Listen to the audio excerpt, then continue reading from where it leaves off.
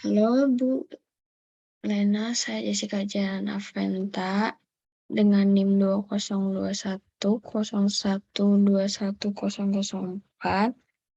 Kali ini saya akan mempresentasikan tentang analisa proses bisnis yang telah saya buat dalam UAS kali ini. Sebelumnya saya ingin share screen, saya akan mempresentasikan itu sebentar. Eh, Ya, pertama-pertama, nama saya Jessica Jana Venta dengan NIM 202101121004.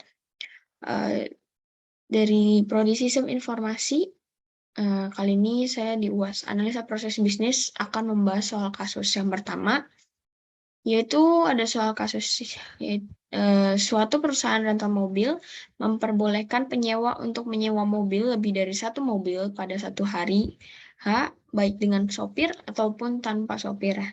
Rental mobil tersebut mempunyai beberapa jenis mobil, yaitu semua mobil disewa tanpa disertai BBM juga, namun kota tujuan dan identitas penyewa dicatat semua informasi penyewa. Sopir dan mobil tercatat dalam atribut dan diasumsikan kepada Anda. Penyewa mobil mengisi formulir penyewaan mobil dilengkapi dengan identitas KTP yang masih valid. Lalu ada pertanyaan dari soal Ibu. Di sini pertanyaannya tentang buatlah rancangan dalam diagram yang kalian ketahui, misalnya DFT atau flowchart atau diagram HIPPO. Yang saya buat ini adalah diagram DFT. Dalam diagram DFT ini, di tengah ini saya menulis sistem informasi rental mobil. Lalu dari sistem informasi rental mobil ini pasti ada yang namanya pimpinan.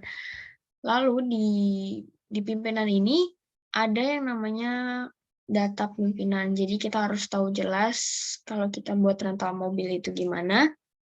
Karena kalau misalnya kita nggak tahu pimpinan kita siapa atau yang ngerekap semua data itu mungkin nggak akan jadi rental mobil.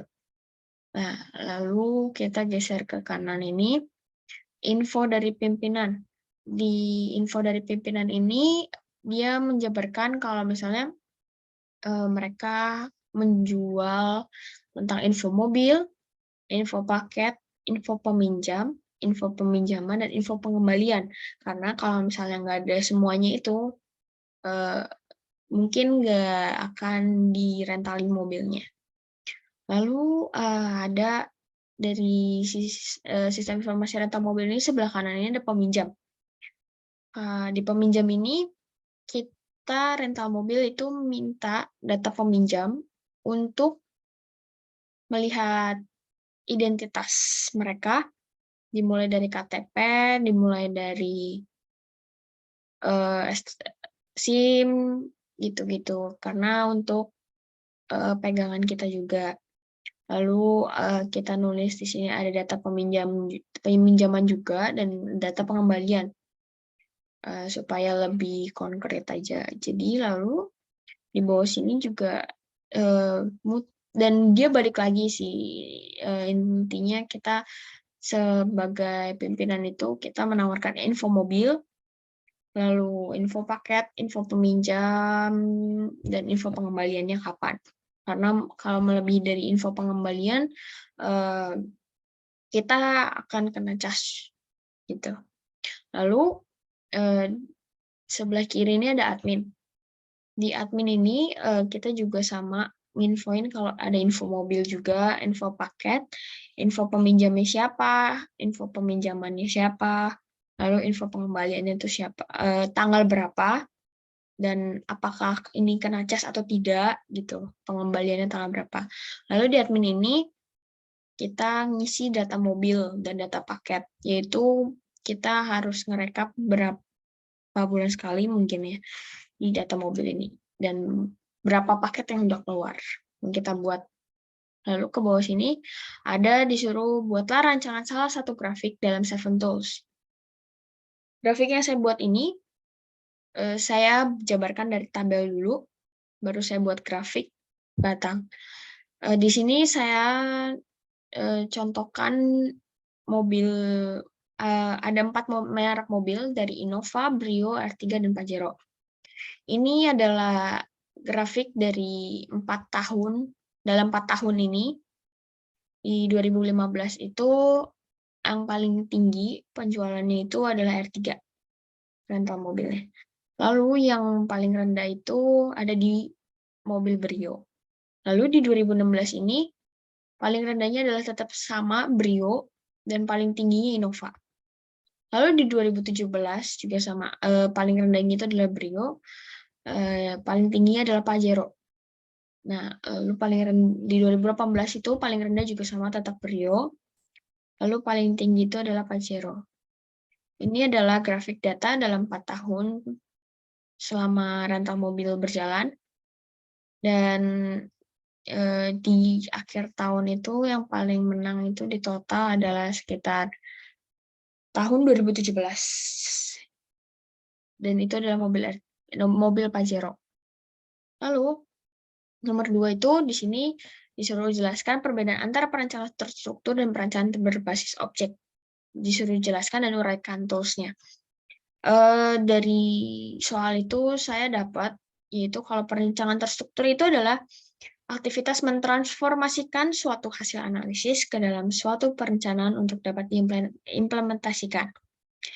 Dan tools yang saya dapat dari perencanaan terstruktur itu adalah DFT yang saya buat di atas tadi, data flow diagram. Lalu yang kedua ada kamus data. Yang ketiga ada entity relationship diagram atau ERD. Lalu yang terakhir ada state transition diagram, yaitu atau enggak STD.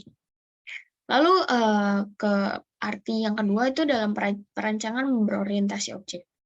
Di dalam perencanaan berorientasi objek ini artinya itu mendefinisikan seluruh tipe objek yang penting dalam berkomunikasi pada manusia, dan peralatan dalam sistem ini menunjukkan di mana objeknya itu saling berinteraksi untuk menyelesaikan pekerjaan dan memperbaiki definisi dari masing-masing objek.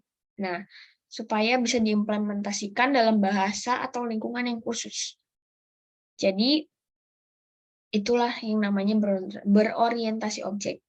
Lalu, di sini ada beberapa tools yang digunakan dalam proses perencanaan berorientasi objek. Di antaranya itu, yang pertama itu ada Object Oriented Analysis dan Object Oriented Design, yang dikenal dengan tools OOA dan OOD dari Peter Cook dan Edward Yordan, dikenal pada tahun 1990. Nah, lalu yang kedua itu ada Object Modeling Technique, dikenal dengan OMT, dari James Rumbaud ya, Michael Blahad, William Premierian, Frederick Eddy, dan William Lorenzen, itu dikenal pada tahun 1991.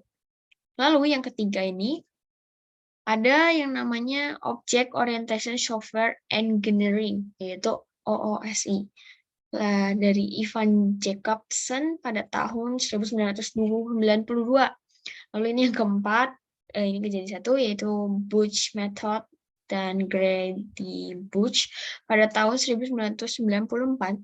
Unified Modeling ini language, yaitu UML, dari James Rumbaud, Grady Butch, dan Ivan Jacobson pada tahun 1997. Sekian presentasi dari saya.